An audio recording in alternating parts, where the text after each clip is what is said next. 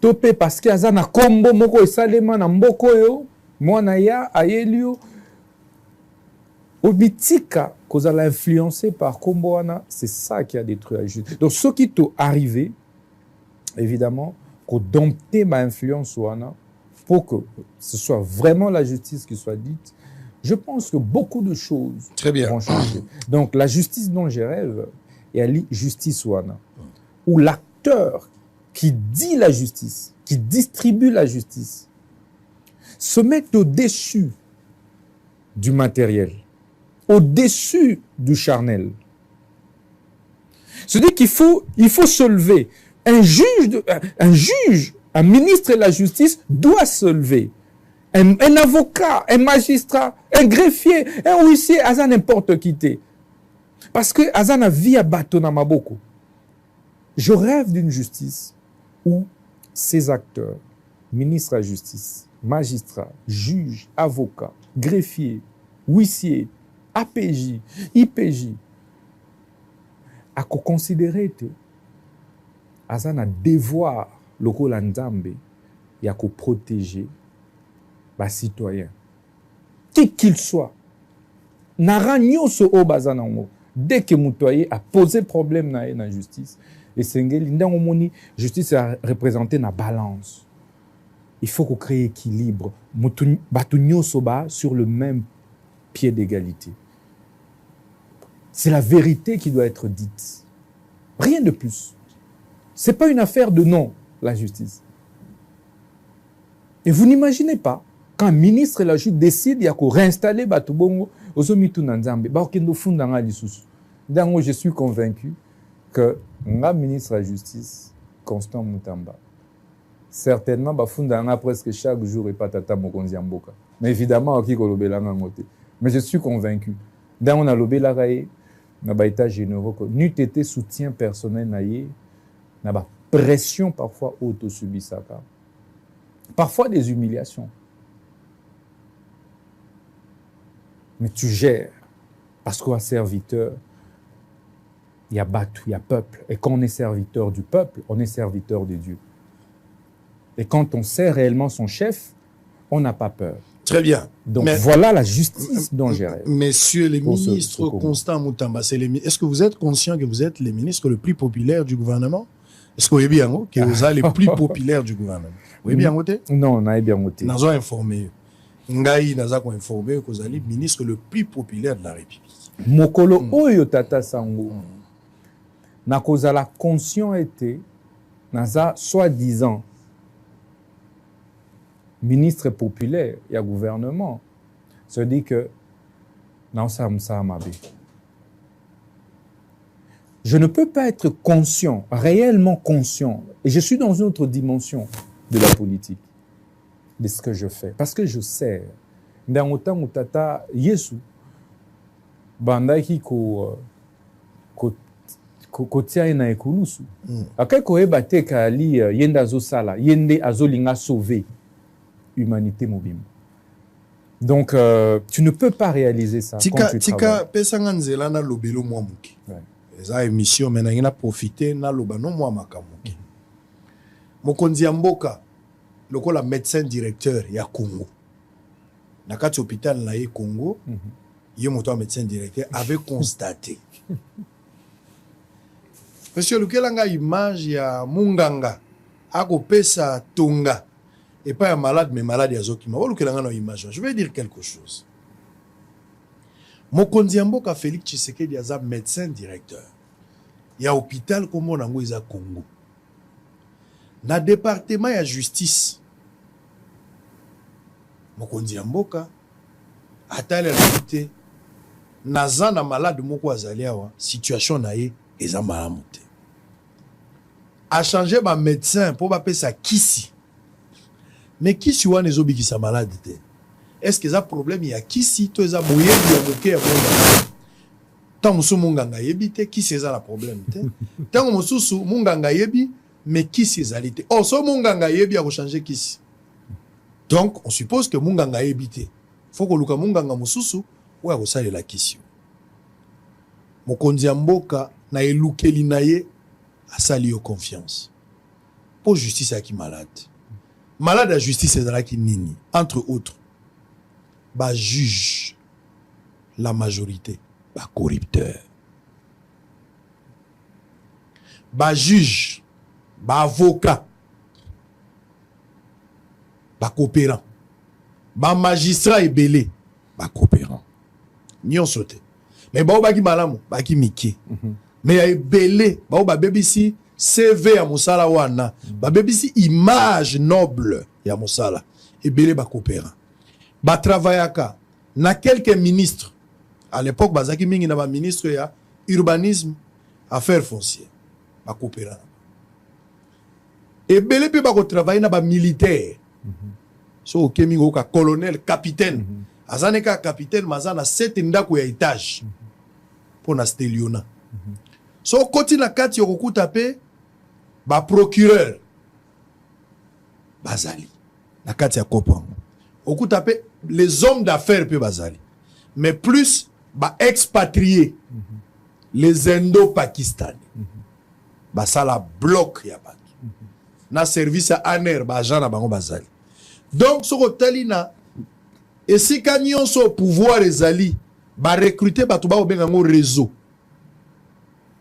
so ba botoli moto terrain na terrain wana ministre ba pesi na kati ba pesi magistrat ba pesi ba avocat ba pesi ba généraux ba pesi ba colonel ba pesi ba libanais na ba indo pour que ceux qui li kamboye pour déloger aux faire face sur na mutateka ki terrain te on faire face na ba lion o ba tondi na kati moyo déloger bango ezate. Du coup la population a nyokwami. Population congolaise a koti boumbu na mboka na ye moko pour la justice. So que na idée à hôpital on a que médecin directeur a changé munganga mususu. Mais la plupart de minganga zotia munganga infirmier motateka na pharmacie technicien de laboratoire bangonyo sona radiologie en complicité pour tuer les malades. Moi malade abika exact. Il aurait fallu un autre médecin na technique mususu ya sika une certaine volonté pour changer les choses. Ndeyo komi popularité on a ça la légion. Et sa popularité a commis la kisate. C'est parce que tant soit peu, c'est vrai que s'il était, et ça n'a pas aussi là, mais lueur il y a espoir. Dans ma Italie, conflit parcellaire. Dans ma réserve successorale. Et comme il cause un mois mouké. Parce que comme il commande que, n'est-ce que dans zela zamba to moni soso na tabambo que za sous musikate. Au Konziambo ka Félix Tshisekedi avait d'autres ministres. Et bah ça qui résultat. Est-ce que vous avez moi na yo ki mokonzi mboka malamu par rapport à bana liboso na ebité. Mais le public, la population congolaise constate cette manière différente de faire. Et la popularité au luki yangote. Li solo na yo zo betama pour pesi solution à taille mukie ya batu. C'est de là que des osalo populaires. Alors il faut travailler sous ma casse. Il faut déraciner cet esprit. Il faut délivrer les magistrats au Banakati à COP, les militaires au Banakati à COP, les politiques Banakati à COP, les Pakistanais au Banakati, les procureurs au coopérants et des avocats. Délivrance, vous avez la délivrance, il y a Congo, sous la bénédiction du chef de l'État pour pouvoir délivrer ce genre-là. C'est le combat entre Dieu et Satan. Ça sera difficile, mais Dieu va gagner. Donc, popularité na yo uta na likambo wana ezo utate po mitié ozo utate parce que banoma ki mais c'est parce que bato ba croya ki na eloko Félix Tshisekedi na salaki ozali réponse ya ba congolais na demande na bango vis-à-vis à Félix Tshisekedi ya onde salo ezali so sali mabenga isango les journalistes n'ont pas d'amis oyebi ke na koyebisa mais quand ça marche un peu il faut na loba que ça va. Ils ont un bon côté, mais c'est ce qu'on appelle l'honnêteté intellectuelle. Na lingi sikoyo, na senga yo oluba. Total a élément moko. Na lobi yo expliquer contenu à élément te. Mais là, l'action kakandenge, ba indo-pakistanais, les Libanais, nous sommes fatigués. Bako boto la ka ba terrain ya batu. les militaires, on n'en parle même pas. Bah, règlement de compte. Je voudrais que Olanda yango, bah, tout le monde bazana ka, tozonga, comme ça, au père sabiso likanisi, ndenge nini ozo lukako kata fléau, y a ba puissance ya libanda ya ba indo-pakistanais. O bako boto la kabato, en complicité avec des avocats. Y a Kinshasa, surtout que ce gars yebani déjà, na général, na ministre, des fois na conseiller à chef de l'État. Pour ba conseiller à chef de l'État, pe ba mingi baza ba coopérant. Ba o baza ko travailler pour na ko boto la bato mapango. Yango tolo kaka likolo ebengi likolo ngo zaka wapi. Likolo mutuka ya ndako zaka likolo ya ndenge ni. Ba utilisera trafic au nom du chef de l'État. Les opérateurs économiques propriétaires de la concession Marie-Antoinette, première rue, semblent être abandonnés à leur triste sort. On va suivre cet élément. On va se retrouver après. Messieurs et dames, je vous rappelle que nous avons sur ce plateau Monsieur Constant Moutamba, maître. Il est ministre de la Justice, ministre d'État, ministre de la Justice et garde sceaux. C'est avec lui, Ndetozali Solo. Mituna la bino, bokoyi kotuna ngona numéro ezana à la télévision. Bokomi message, tokozo message na yo. Totikali na ba sujet lokola kulu na tolobi na noté. Makambo ya Rwanda na no tolobi yango te. Ba sanction contre AFC tolobi yango te. Likambo etali peine de mort to. Tikali pe kolobi yango na noté. Biloko ya nanga bakoteka yango kala mingi te bomba mbongo. Osomba iloko ya nanga ekoma yo. On va en parler tout à l'heure après cet élément. Une semaine après qu'un groupe d'opérateurs économiques ait crié que justice soit faite au sujet d'un conflit de terre le liant à la société Congo Future, ils implorent l'implication du chef de l'État et du ministre de la Justice pour enfin trouver gain de cause. Fort malheureusement, ceux derniers ont vu la présence de engins de Congo Future venir démolir leur construction, un acte qui laisse indifférents ces opérateurs économiques. En tant que banamboka bakonzi bochapeli to ingambu oyo bomeka koyoka biso tozoya bate po nini bozoyoka biso te biso tozali ba occupant ya fondation Maman Marie-Antoinette oyo bomoni nsima na biso oyo tolamuki na ntongo ya lelo tokuti engin ya Congo Future, engin démolisseur ya Congo Future eye po ebuka mapangu na biso bakoti na kati bazobuka na bamarteau bazobuka na babira face à nous va s'opposer face à nous na armée. Ba tieli biso, ba pick-up ya armée, ba PEM, ba soldat 14e région militaire. Poto sa la force na bangote, bango ba na kati ba zobuka, ba soldat ba tieli biso barrière. Poto accélérer na bisika na bisote, poto accélérer na bandaku na bisote. Biso tozali na moyen mususu te. Tokoki ko se soulever contre état na bisote. Le seul moyen biso o tozali na ngo o epesemi na peuple, c'est de revendiquer. Nous revendiquons nos droits. Nous dénonçons injustice. Le pango est sur le pango à conflit. Mais nous détenons les documents. Bisson Diaba Kolonango. Mais ce qui est se prévaloir. Quand on a des documents, le pango est au lobby. À la Kisabiso Yango. Ce qui est la question de mon livre, c'est que tu as place. Mais Nangongo, tu as un bureau à Moulamatadi. Tu as un cadastre et il y a une place aux Abisso. Quand on dit Bisso, là. Bisso, tu il y aura des morts d'hommes ici parce qu'il y a une constitution en Boka Nangaï. Et so ya bisanga na kofaka pour les biloko mibale. Na kokufa pour les mabele nangaï, na kokufa pe pour la bomo nangaï. Na kokufa pour la loko mususu te. Oya zali mabele ba koko nangaï, et ça mabele nanga na somi na mutoki. Na kokufa pour na yango. Ba condition e boseli loko te, to kokufa aw. Nous avons toutes les preuves. Il y a manœuvre ezo salima aw. Par contrat nyonso ya mabe au Congo Future asignaki. Mbongo yo Congo Future apesi ba autorité na biso. Mbongo yo Congo Future azo continuer ko tambwisa na ba soda na biso. Oyo biso population tozo latsa ba teni na ba botine na ba arme. Pona ko nuire biso ko détruire biso. Des sujets libanais des étrangers chez nous ba corrompre ba instance na biso na bamboko. Nous avons des gens qui nous renseignent na makamnyo so ezolek. Mais ceux qui bino ba kondi na biso vous êtes impliqués. Boboy koyo ke la biso peuple na bino malam tokota la oyekoya. Mais ça c'est notaire. Moi je n'ai pas investi dans bon amuyibi. Mais le col l'État congolais bandimi babuka biloko nanga na kati. Na clôture nanga jet jeep ya valeur jet biloko ya valeur rebelle ba ordinateur ba biloko nyonso ya valeur ezali. Ils sont en train de casser. Rappelons ici que la dite concession appartenait à la famille Mobutu et non à l'État congolais. Très bien, monsieur le ministre Olandi nalingito na ebité soko ebi dossier oyo soko ebité malamu makasi soko ebi yango lisolo nango ezali boni mais mingi motuna nango ezalaki la pression extérieure il y a ba étranger o baye ko vivre na mboka na biso ba ko créer des ordres ko botolaka bato mapango o sombaka na bandako ya l'état en complicité ko boke ya bato nyonso na tangi notamment ba magistrat ba juge ba avocat les membres du gouvernement nyonso wana eza complicité bayimboka lokola ka oyo bato ba investir makambo ezotala mpena na molongo mais Congo futur na ndenge bakotanga ye moko ya ba indo-pakistanais bao bazobotolaka biloko ya bato. Ce qui est grave encore, pourquoi na ba déguerpissement bato bakokendaka na basoda lokola bokende déguerpir mais 14e région militaire atie basoda. Est-ce que déguerpissement ils ont la compétence et à quoi associer huissier de justice à Zokende, il est accompagné de la police. Pourquoi présence militaire? Merci.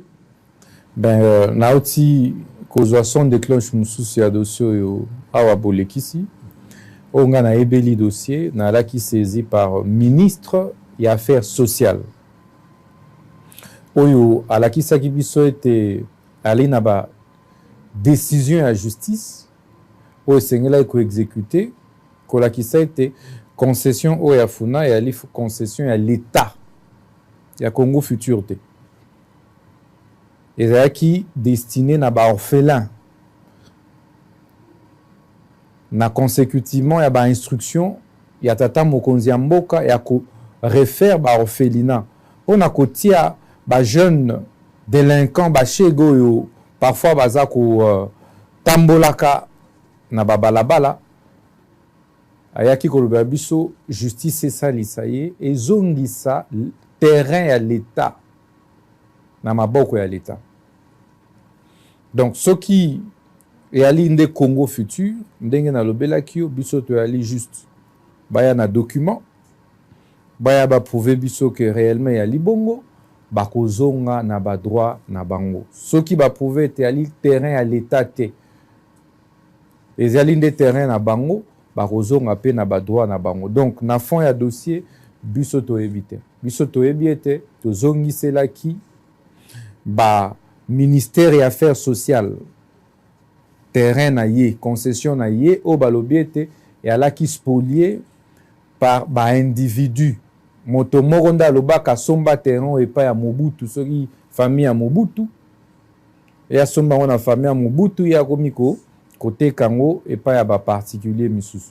Donc voilà conflit oyo problème ya na pona nini mais il faut que bango koyoka bango parce que yoka bango il faut koyoka bango c'est possible monsieur na koyamba bango tata sango ndenge na yoki bango batikali koya ko présenter ba dossier na bango te na sala ba consultation populaire to confronter ba document soki esali ete bango baza na droit na bango to zongi justice ko zongi sa bango na droit na bango babangelo te. Très bien. Dans le bagili kamba Pakistan. Ba soda. Na ba soda. Ba auditoro et yaka mingi. C'est parce que mingi za ba généraux. Par exemple na terrain wana na ebi yango po ete ministre affaires sociales ayaki ko senga ngana kende ko tika na terrain wana. Ye moko tangwa kindaka wana ba bengana ka e masasa nga meme beta. Akutaka nde ba soda ebele na ba policier. Na nazo remercier makasi auditeur général ya FARDC général Likulia. Nous remercions Mingi, premier président, il y a autre cours militaire Mutombo, pena ba auditeur supérieur, il y a Kina wana ba intérieur. En tout cas, auditorat, sikoyo, na juridiction militaire, ba kosala musala ya makasi. Ezali soki bakuti général, topé colonel, a botolio lopango, kobanga te, yara ko dénoncer. Général Likulio azan auditorat général, en tout cas, azokanga. Et à ce titre, comme on a généralement atiki pour na ko protéger, ko éviter te basoda musubaya o ya auditorat kangande batika kananu basoda ya auditorat. Donc c'est ça kaka yango. Parfois il y a la raison d'engolo bagi yango ba policier, ba officier, il y a la police pe misusu ba la complice. Okuta ba policier ebele. Et juge o esengeli a jugé policier topé militaire et alikaka magistrat et auditorat na juridiction militaire. Donc juge civil topé parquet civil ba oki ko entendre bango. Ba indo-pakistanais. Ba nyoko la bato. Je suis tout à fait d'accord que oya likamboya mabele. Mais ba ali pe na ba droit na bango. Bien sûr. en tant que étranger au besoin qu'on investir na mboka justice rôle na biso ali à protéger bango nyonso pour être toi na poste ba investisseur ba créer misala pour na bilenge na biso o ba créer ba investissement minene Tokyo benga na ba étranger te mais sengeli nde ba étranger bazoya ba tosa mibeko ya mboka na Congolais aza victime il y a ba abus de droit ya ba étranger topé ya ba Congolais misusu aya à dénoncer tozongisa na ba droit na ye donc na côté wana na obela bino justice et na balance dengo lobi ba to Congo vitunga na yamba na nga bangote na éviter soki azala mundele ya nini azala na poso nini so ba nani na linga même pas ba contact wana pe soki na kosala musala na nga na linga te non non ba pesa yo soki mai non non biloko wana linga ngote donc Congolais nyoso ya moni était ali victime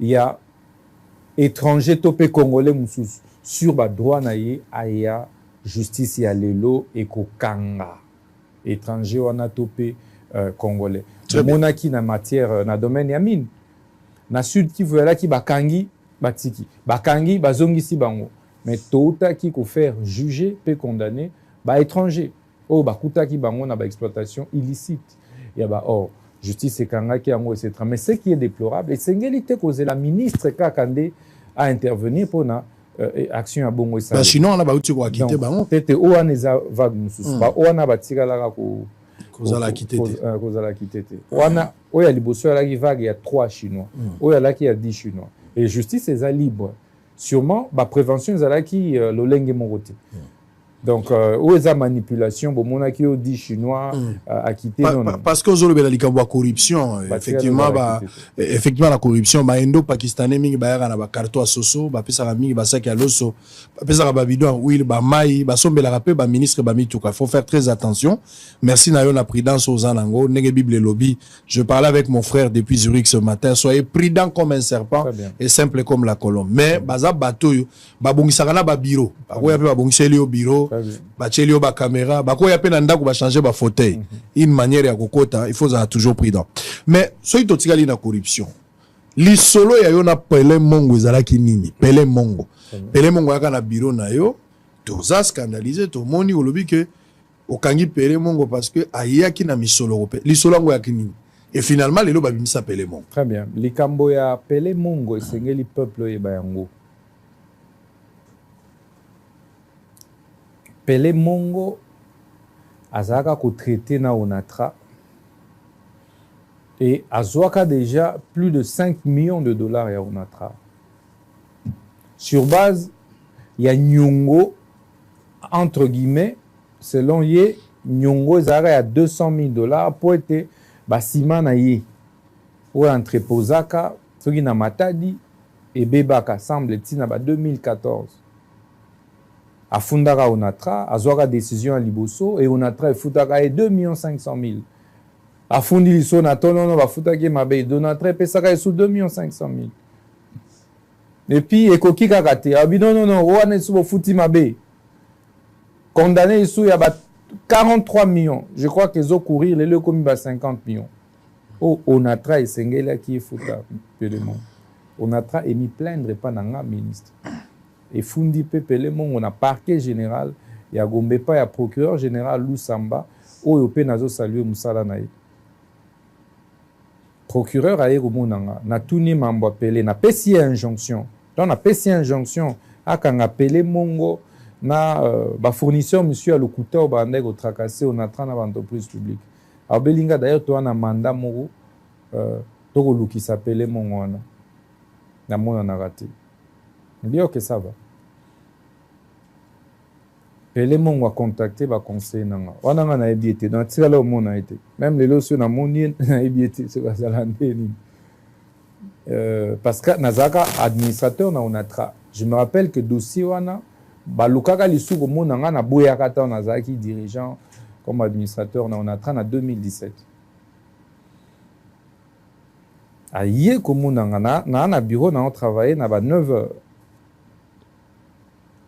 na moni assistant Robert ngano X autorité aza na porte dans un antichambre bon naturellement bifona yambae aza aza quand même personnalité. Tout ça, na yamba. Et abino naza accompagné na Pelé Mongo. Il me dit, oh, mais ça typo, il a faire souffrir, bah, tout ça, à contacter qui conseiller nanga. Pour que, évidemment, il y a un pourcentage, on a 10%, parce qu'il fallait recevoir 12 millions de dollars. Ils ont bloqué na BCDC. Je me dis, ok. Et na obela conseil nanga wana na lingi yo resubilo wana te. Donc on a tikalaka donc jamais organisé que conseil nanga ailanga Pelé Mongo wana. Finalement personnalité wana nde aye kokota na Pelé. Tango okota na biro na moni oh non o aza Pelé Mongo. Na bandi li solo na ye etc. ici. Na bengi PG parce qu'ils avaient flagrant. Na bengi PG a constaté en haut, dengue plainte pe on a 13 là et déjà bakangi sur place batindi mbalamu na makala. Et j'ai été surpris. Namoko alors que na mokonzi na zotika mokonzi na ba mission na itinérance et qu'on a qui et toi une académie. Na tika la rozala notifié était audience mo au salema. Sur Pelé, Ngamoronde na banda ekotuna kosa la pression pour que ba respecter ba délai à détention. Donc ba organiser confrontation na onatra na conseiller na ngamoko na zaki prêt à koya ko témoigner ndenge nini akota ina tentative à corruption. Ya corruption.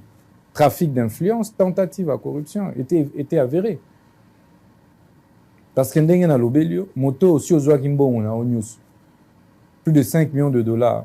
Les yondo aux devoirs on attrape parce qu'il y a bien bongo. Sur créance, il y a 200 000 dollars au existant dans le il y a ça quasiment. Bon, aux yeux, il y a un bureau, un ministre, une personnalité dont j'étais le nom. Pour Narosa Nini. Pour Narosa la Nini. Trafic d'influence établi, tentative à corruption établie, parce qu'en tant que fonctionnaire, Azolukana a décision. N'a influencé. Alors du coup, au lieu cette fois-là que justice est à la exemplaire, donc magistrature,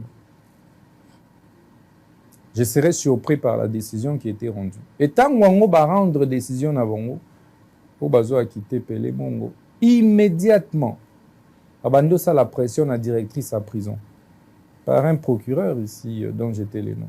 Tu sens vraiment que c'est un réseau. Directrice wana ya na bureau na ngazole là isanga ba appel ya procureur wana ndenge azobenga et pour nani nous garder Pelé Mongo en prison. J'ai dû appeler ces procureurs. Pendant le belé soka ça les sous yango na redéféré devant chambre à discipline. Et que c'était extrêmement grave.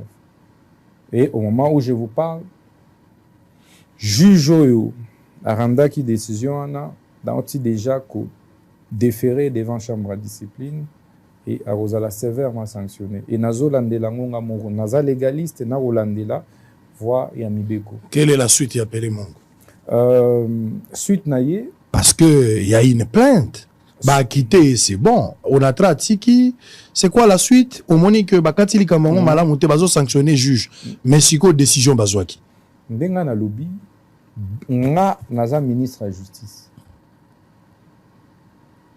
Donc Nazar Ozela, Onatra, et refaire plainte naïe parce que ndenge balobi ba quitté pour na fait oya yaki gomonanga c'est bien mais oya Onatra les a coexisté plainte naïe de na Ozela Onatra et saisir officiellement sur ça ce qui Onatra va saisir na agir les sous très bien sur cette affaire parce que et j'ai dit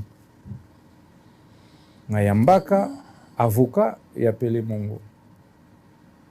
Ce qui n'a eu qui lisusu était Onatra et tracassé par M. Pelé Mongo. Nous avons obligé à payer sa injonction pour poursuivre. Et ce qui m'a satisfait, c'est que le lot, avec réforme autozoa, sur l'insaisissabilité à bien, Pelé Mongo ne peut plus saisir les comptes de l'Onatra.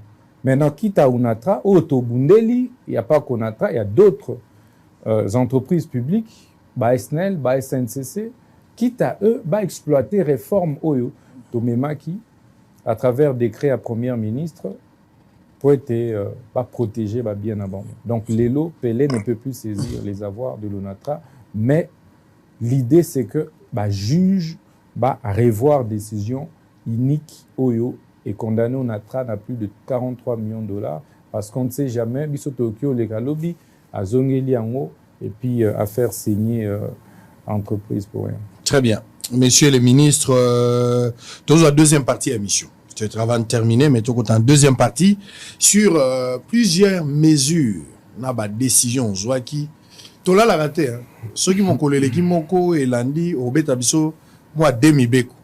Ceux qui ont un côté par jour, tous ont moko na poko, moko na tongo, moko na poko. Donc tous ont un traitement et mikanda na yo presque tous les jours. Na baninga na bayaka liboso, na éviter ceux qui babanda au komela banani.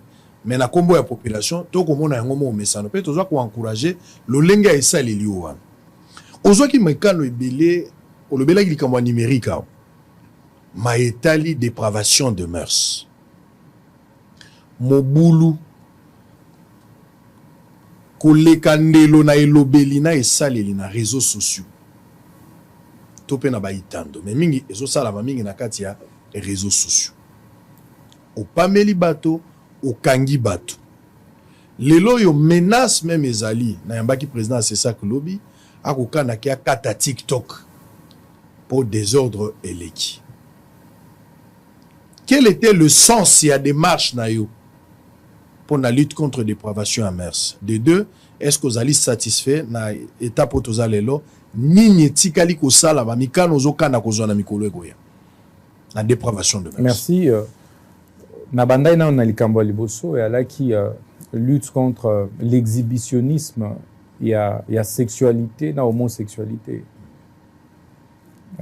batunyoso ba traitanga ndenge ba ko traiter surtout comme ba deux fois mikon ba deux fois tana lobaka biloko wana na lingi omona ngote na Congo toi ba bantu toi ba africain et c'est il to préserver ba valeur ancestrale to préserver famille.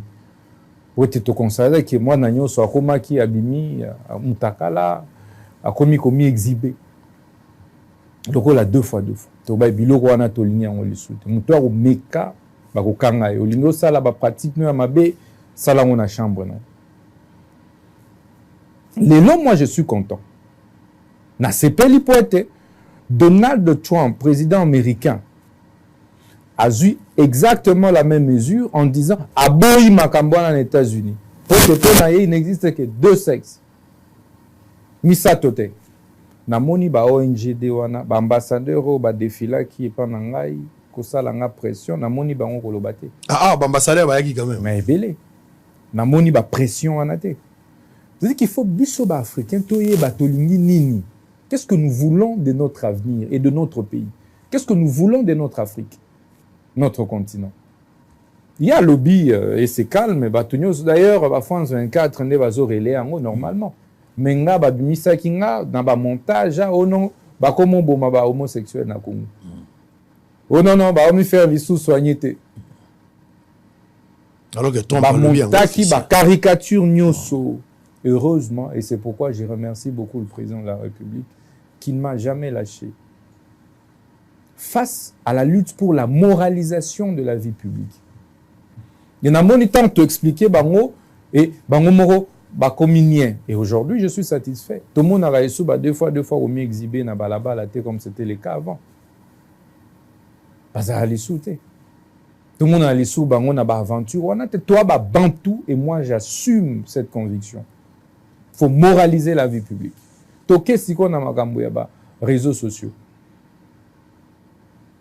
Mais et comment il le roi Wenze?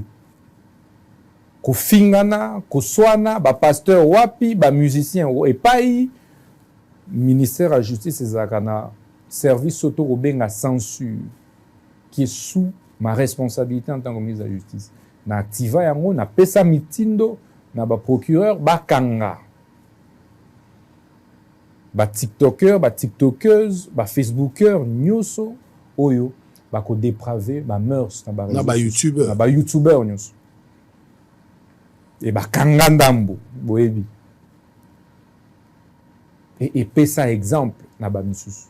C'est vrai, Et si la qui sauté. Mais tu rétablis ça qui autorité à l'État. Na niveau, il y a des réseaux sociaux. Bah, oyo to kangi na nouté, ça ba oba na poto. Donc, bah, TikTok, bon, na parfois, ko fingana, yeba ke a na poto. Mais awa, ce mouton. Awa, je vous informe que Totio Kanga Petit Moro, bon, Petit Moro Azalagi, ko fingana mingi président de la République, côté à Yantsele. Afinga qui paye. Afinga qui penga. Na ebi sukombo ya mwana ngote. Petit, soki yama, soki nani. Azal ko la paye deux fois. Azal le roi deux fois. Donc petit wana, yezaka na TikTok, nzoka bata marote Bantele, nanda kumoko oyebate. Mais chaque jour à rejoindre TikTok, on a fini. Est-ce que TikTok, YouTube et Salema Pona, ko finga moronzi mboka, ko finga première dame mboka. Est-ce que vous imaginez ce qu'il représente, un président de la République, et ce que représente la première dame du pays? Quand vous insultez la distinguée première dame Denise Nyakeru, en fait, Bozo Finga été, Bozo Finga Mboka. Mais ça, c'est quel peuple? Comment nous pouvons nous croire que nous voulons réellement le développement du pays quand nous dénigrons nous-mêmes nos propres autorités établies? Dieu dit à Dieu ce qui est à Dieu, à César ce qui est à César. Règlement des comptes, il y a bateau, impolitesse à bateau, et comment on les cas, il y a des réseaux sociaux. Je vous informe que je suis déjà en contact avec mes homologues ministres de la Justice, surtout il y a des pays à Europe. Pour Salanine. Pour être sur base, il y a code du numérique, parce que nous avons rappelé les Congolais. Code numérique, l'article 3 à 5, et qu'on prévoit arrêter. Code des hommes appliqués envers moto et à commettre des infractions, c'est plus de 100 infractions. Ils sont réprimés par code du numérique. Infraction numérique. Moto à commettre infraction. Azala awa. Tous ils ont la destination et mboka oyo à la poursuivi conformément à code nabiso. Et n'oubliez pas, toi, on a la coopération judiciaire. N'oubliez pas que Interpol les allait redépendre dans le ministère de la Justice. Et sur cette base-là, tu peux traquer type dans la toilette, bateau yo, bazana étranger, ba ko continuer à ko baby ça, ba mœurs, ba valeur na biso. To lingi Facebook, TikTok, ezo apprendre na bana. Nga so na koti na TikTok, ya ba français, oromona ba ola kisande bino ozo yekola, soit ba orthographe, soit ba phraséologie, soit ba mot, soit ozo yekola. Ba msuba la kisaba tukoloba, côté les mains, comment en fait comment comporter en société, c'est cela la valeur, c'est cela la raison d'être à les réseaux sociaux. Mais pas n'abuse comment il y a loquette. Au monde à maman à Bala, une femme mariée, responsable, alors les cana na TikTok a commis Robina. Ça n'a pas existé du temps de nos pères. Ça n'a pas existé. Au Congo les cas, aux Ofinga Israël Moutoum. Moutou a construit carrière difficilement. Au Finga ministre de la Justice. Donc Moutou a qui la mouki, Arbino, au moni moi na wana boti, moi na wana eza ministre de la Justice. Na monagi même scandale mo abongo na TikTok. Donc bakoki ko attribuer moi na ba matissio na miniature. Na miniature. Voilà un peu ce contre quoi nous combattons. Ce contre quoi nous luttons. Ce que nous combattons, ce contre quoi nous luttons, et Ali, pratique, il y a dépravation, il y a mœurs de cette nature. Lorsque vous dénigrez votre propre, et beaucoup remarqué, ils s'organisent pour nous battre. Mais ce qui est vrai, pourquoi ils battent? Au créer compte Morolelo, au balancer fake news. Et c'est pourquoi n'a encouragé qu'à moi, mes collègues membres du gouvernement, de communiquer, de suffisamment communiquer sur les actions. Parce que na infiltration à Rwanda, qui créent trop de fake news sur les autorités congolaises. Ils ont des comptes Twitter, des comptes Facebook. Voilà. Na Kombo ya Bambouyi, Bakashala, Bakashala, Mtimba, Ramazani. Voilà. Et bazo utiliser quand des machines. Bon, quand ça le roi ba commentaire misusu tout ça yali non non les robots. Il faut communiquer pour pouvoir détruire la désinformation. Très bien. Et nous disons aux Congolais et aux Congolais toti soko kanga ba musicien mususu. Ah ok. Bien sûr. Ouais, na musicien moko azana. Musicien moko. Mi balé ou moko je sais pas. On avait arrêté 2. D'abord il y a eu 3. Ba relaxa ki moko même petit au musicien monsieur Robinho so na. Robinho akanga maki pe? Dié pas akanga maki. La futaki ba amende colossal. Et puis abimi. Commission à censure oti soko kanga mibali. Bakangi mwana ceux qui zigzag. Zigzag wana. Commission kangi. Mais il faut mona musique, il faut mona vidéo. Tant que commission a censuré Alexandra ministre, j'étais choqué. Et c'est là que j'ai ordonné qu'on arrête et on va organiser son procès. Et désormais, Torobanda ko toucher les portefeuilles. Tu ne peux pas vendre les antivaleurs. Le loban amike ba commandé ko kanisa. Pour être grand, il faut au binandombolo. Non. Aujourd'hui, les enfants n'ont plus de modèle. Moi, je suis content. Parfois, tu passes au Komoko Manaba, Nabaoba. Moi, je veux devenir aussi comme ministre de la Justice. Ba papa Moussoubarobe Nanga, non, moi, Nananga, Alinga Sala droit. Le rôle là, you. Batu Moussounga, Naïna Kenata, na UPC droit, le roi Constant Moutamba. Donc, il faut à un moment que la société ait des repères et des références. Même à un moment donné, au moins, un pasteur, des grands pasteurs que nous respectons. Moussa Naïgo, les gars, na TV, ko fingaka ba pasteur, ça n'existe plus. Depuis que nous sommes ministres de la Justice, bon, mon araïsou, pasteur, à Tamorote Goleka, pasteur New Soyo, à une église. À l'équibongo, j'avais dit, je te retire la personnalité juridique, l'autorisation de fonctionnement. Et puis on t'arrête. Et on a interpellé des pasteurs. On a interpellé des musiciens. Si je sais que Baraka Mugisha aujourd'hui, je dis, on avant d'Ikimia, on a pas tant ebele, même sous Bazaba ebele. Moussala Oyo, tout sali, et je remercie des magistrats honnêtes qui nous accompagnent et qui nous ont accompagnés dans le processus. Je remercie la commission des censures. Le premier avocat général qui est président de cette commission, avec tous les directeurs qui sont dedans, ils font un travail qu'il faut. Mais ce que je dénonce et je déplore, ils appellent parfois des pressions. Quand ces gens arrêtent, bateau, bazo, dépravé, ba mœurs, bakou de fil et outara, ils sont à Libanda. Non, bokangi tel musicien, bokangi tel. Mais tant que bolaki si image, où ils ont véhiculé, même na son, il y a musique. Bataboule, il y a musique, ils ont musique, il y a bêtise. Il y a la qui musique constructive. Ba Luambo Bayemba. Si le Lezan a succès, ba Carlito Bayemba. Soko Bimi Libanda ba Bob Marley Bayemba. Bozaina ba Lucky Dube. Moi quand j'ai grandissé, musique on a vendu au mingi ya ki Lucky Dube. Ba Bob Marley. C'est des révolutionnaires. Hollanda musique, ça te construit. Un sens élevé du patriotisme. Maintenant que la guerre, nous avons la guerre à l'est du pays, nous imposée par les Rwandais.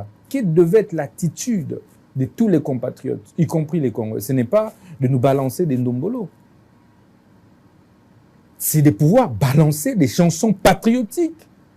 Éveil de conscience. Des consciences. Comment on fait pour défendre jusqu'à la mort, jusqu'au sacrifice suprême, la terre de nos ancêtres.